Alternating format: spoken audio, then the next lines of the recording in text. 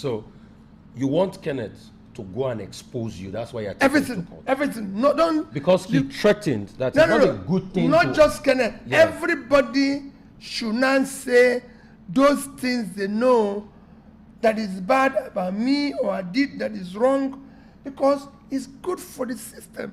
It's good for the society. So if you know that when we were in primary school, this man was cheating or didn't go to the primary school, didn't go to secondary school, didn't do, if you know this man has done something criminal somewhere, this is time to bring it out. We must not allow the next set of our leaders to have a record that is doubtful.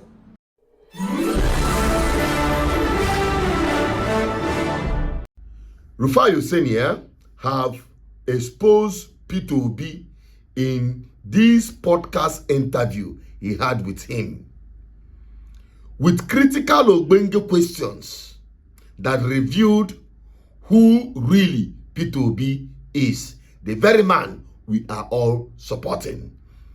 The questions was hard not, but the response of P2B to those questions is what I want every Nigerian to listen to. Let us begin with that of Kenneth Okonkwo. Why P2B drag the man go court? I'd like to ask you, infighting in your political party, some people feel disgruntled. One of your lieutenant, Aisha Yusuf, feel disgruntled.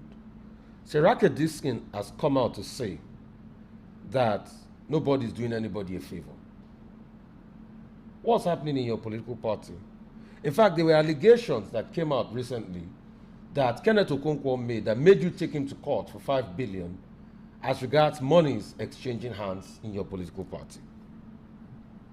People are saying the NDC is not different from the APC you are castigating, and you are saying you are the ones that will change the order of things for democracy. Let me assure you that whatever you think is infighting our party is nothing compared of what you see in other parties, and there's no issue. It's an issue when you have an organization. There's at times some disagreements or minor issues which we've been talked over, it's been resolved, and everything, and that's it. The issue of taking Kenneth Okonkwo to court wouldn't have been there if only Kenneth stopped at even allegation. But he said he has a lot that he will talk in the future. Yeah. And I'm happy that when I said, I'm taking you to court, he said, now that he's being taken to court, that he will now be able to disclose or bring in the open all those things he wanted to keep behind.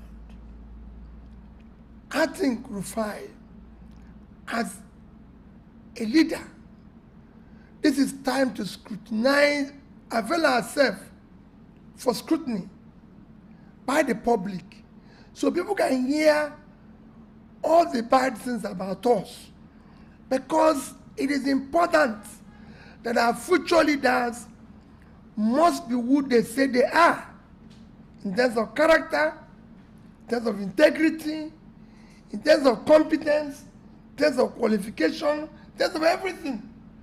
So once he said that, I said, wait a minute, we must go further. So they can help. Because some of the things we're seeing today that the young ones are doing are examples they've learned from our leaders. So this is time to ensure that those who are coming to lead us now must be people of character. Good. You've heard that, right? Oya, forward march to Atiku and ADC. Why is it that any little fight, P2B go chicken out like a coward? to ask you, a lot of people have said you are always chickening out of problems. That's why you left the ADC, that you are not ready to be able to face a candidate like Atiku in a party primary. That after coming together with them, you chickened out and you walked away. And the same thing too, you couldn't harmonize Labour Party. What's your reaction to all of that? They are very right. When people put fire in your house, you don't stay. Who put fire in your house? No, I don't know. You know what the government of today is doing.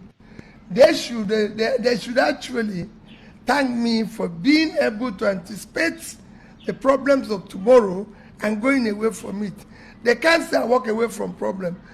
When I get that answer, Abi, now to the jagaban of the entire question, which critically you will say that Peter Obi will not do anything different from what Tinubu did, but he did it in a very wrong way. I mean the jagaban in Aso Rock. But what exactly would Peter Obi do differently and how? Listen to this. No, don't worry. You will see it. Okay, so you are going to put it in your manifesto? Yes, of course. Okay. Of course. It's They will going to be put it in your there. manifesto. What you keep criticizing President Tinubu as regards subsidy removal. What would you have done?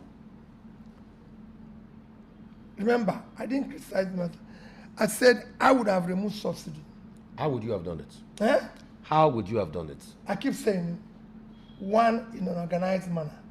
What's this organized manner? I wouldn't have gone to inauguration and announced it. That's Okay. the first thing.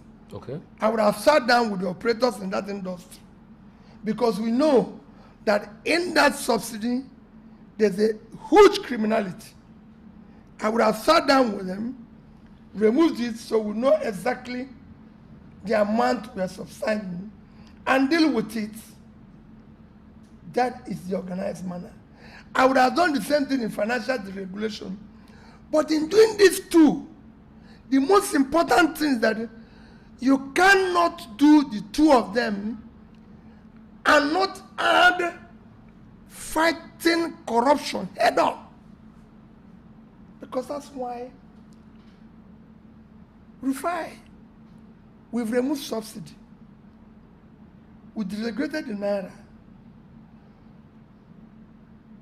What is the impact on the average Nigerian? Paying poverty, No, deprivation. thank you. What is the impact? What is the impact in our finances? We borrowed more money than we used to borrow when we were doing subsidy. Okay, the argument of this government as regards the borrowing is that what increased the debt was the devaluation of the currency. That's part of the No, argument. don't go there. Don't go there. Well, all these things is because of stealing. Let's not go because of waste. Simultaneously, when you're removing subsidy, is to tackle government waste and corruption head on. And that is it. I'm not adding anything to his question and answer. But let the conversation continue on the comment section. Now that place I go drop my own opinion, the undiluted truth. Help me share this video. Like I said earlier, this video is what every Nigerian must watch and share. My name is Asuchenot Peters, your advocate for good governance. I'm signing out. Bye-bye for now.